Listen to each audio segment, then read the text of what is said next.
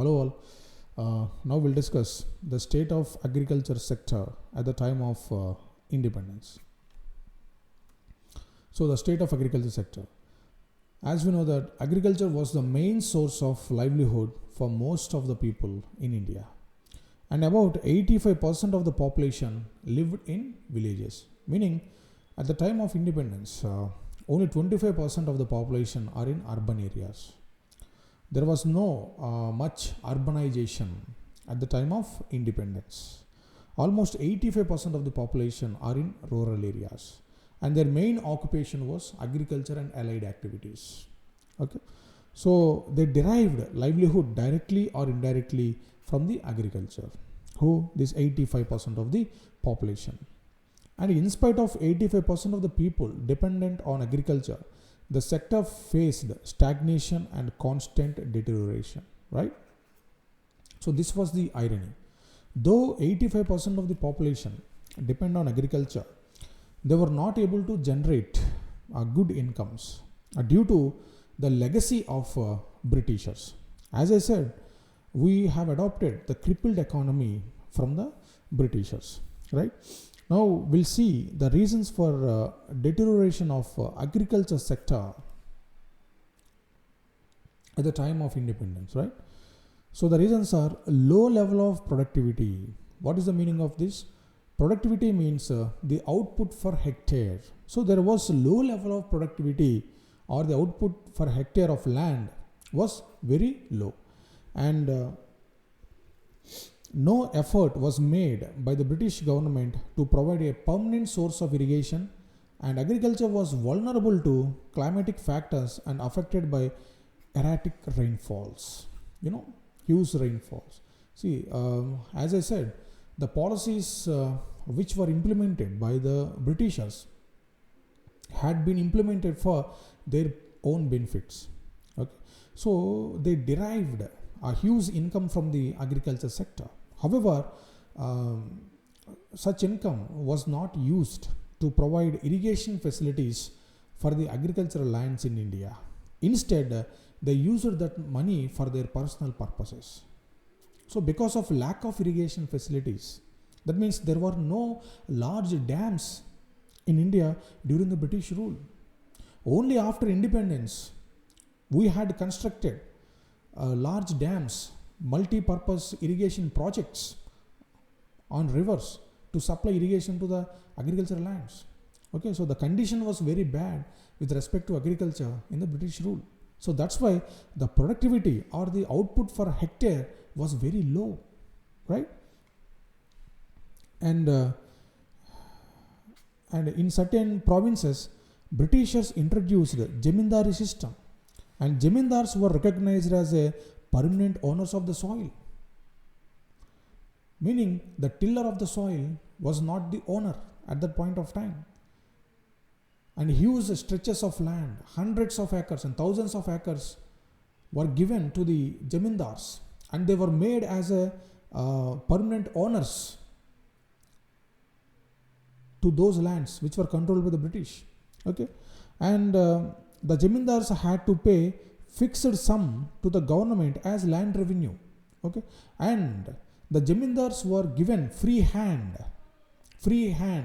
to extract taxes as much as possible from the tillers of the soil. Okay, so see the conditions. On one hand, there were no good irrigation facilities, and on the other hand, the Jamindars were given free hand to exploit the farmers as much as they could. Okay, so how can we expect high productivity from the agriculture if these were the factors or these were the reasons, right? And the main interest of the Jamindars was rent collection. The main interest of the Jamindars was rent collection. So they never thought about the welfare of the farmers. So this was the fate of the Indian farmer in British rule. So that's why there were peasant movements against the British rule. Okay, farmer revolutions against the British rule in order to eradicate their oppressive rule, right? So similarly, there were two more systems That means like Zamindari system, there were other two varieties of tax collection system in the British rule. They are Raitwari system and Mahalwari system. Even in these two systems also, farmers were exploited badly. See, though the name is different, the exploitation is common. Okay, and tillers were required to pay huge amount of rent, and which was known as lagan, right? And they were not left with any surplus, and to be able to provide for resources needed in agriculture in the form of fertilizers or providing for irrigation facilities, right? So due to high taxation, they were not able to invest money to increase the productivity of land, right? And this further lowered the agricultural productivity. Okay, am I clear, students? Right. And the next reason for low agricultural productivity is commercialization of agriculture took place. What is the meaning of commercialization? Commercialization means agriculture for business or production for business. Mainly commercialization is in cash crops. Okay. So commercialization of agriculture was introduced by Britishers in India, right? And farmers were producing cash crops like cotton, indigo in place of food crops. So food crops were given less priority in comparison with the cash crops, and of course this led to food crisis as well. Okay, then why Britishers had promoted the crops like cotton, indigo? As I said, Indian economy had been transformed into a supplier of raw materials and a consumer of products by the British. Okay, and they forced the Indian farmers to cultivate cotton and indigo for their industries. Okay, for the raw material for their industries. What is the use of indigo? Indigo is used as a dye. Okay, it is used as a dye for cotton yarn, right? And ability to color fabrics a deep blue. And now synthetic dye is used in the place of indigo. This is present condition. But previously, a naturally derived color is used for the cotton yarns. Yarns are nothing but the threads which are made from the cotton to weave the clothes, right? So this was the situation. Okay. And to summarize, what were the reasons for the low productivity in agriculture at the time of independence or prior to the independence? The main reasons were the policies of the British and the tax revenue systems of the British. Yes or no? So led to the Indian agricultural crisis, right? And also there was a decay of a handicraft industry. India during pre-British period was well known for handicraft industries, and they enjoyed worldwide market. And the British policy led to the decay of handicraft industry. As I said, they imposed restrictions on the Indian exports. Because of that imposition, the cost of the Indian products were increased drastically. Okay, so because of that, in this meaning to export the Indian products, we had to pay huge taxes to the British. This led to the escalation in the prices of our goods, which in turn reduced the demand of our goods in the foreign markets. In that way, to improve the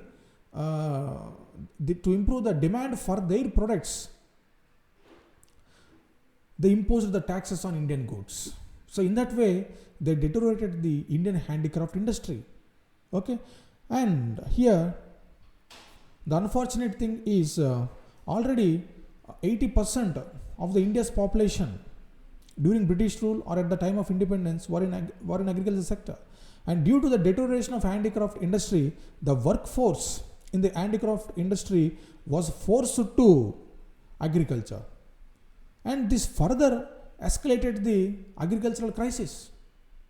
Okay, and factors responsible for the decay of this handicraft industry, they are, as I said, Britishers followed a discriminatory tariff policy or the tax policy and allowed tax-free exports of raw materials from India and tax-free import of British industrial products. So did you understand the logic? Okay, they didn't impose taxes on the raw materials.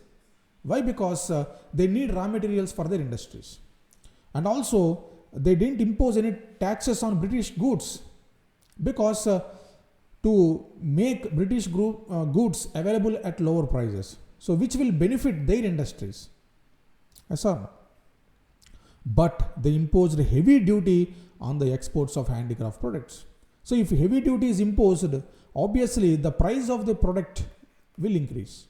Okay, so this situation pushed the Indian products, okay, backwards with respect to the other products which are manufactured by the Britishers in terms of price, right? So in view of this policy, Indian handicraft products started losing their domestic as well as foreign markets. Okay, and machine made products from Britain were cheaper and better in quality than the handicrafts. Okay. So Britishers introduced railways to expand the market of low priced industrial products, right? So in order to transfer their products to every nook and corner of India, they developed the railways. So railways were developed not for the benefit of our people. Railways were developed for the benefit of their industries. Okay, so the above points, the 3 points which we discussed now, led to the downfall of the Indian handicraft industry. Okay, so the people who were pushed from Indian handicraft industry, they entered into the agriculture. So this further escalated the crisis in the agriculture. Okay, right, students? So we have discussed the state of agriculture sector at the time of independence and the reasons which led to the agricultural crisis. And also we discussed how the handicraft industry, which was well known for quality products, was deteriorated by the British policies, right? So in the next video, we'll discuss the state of industrial sector at the time of independence. Thank you.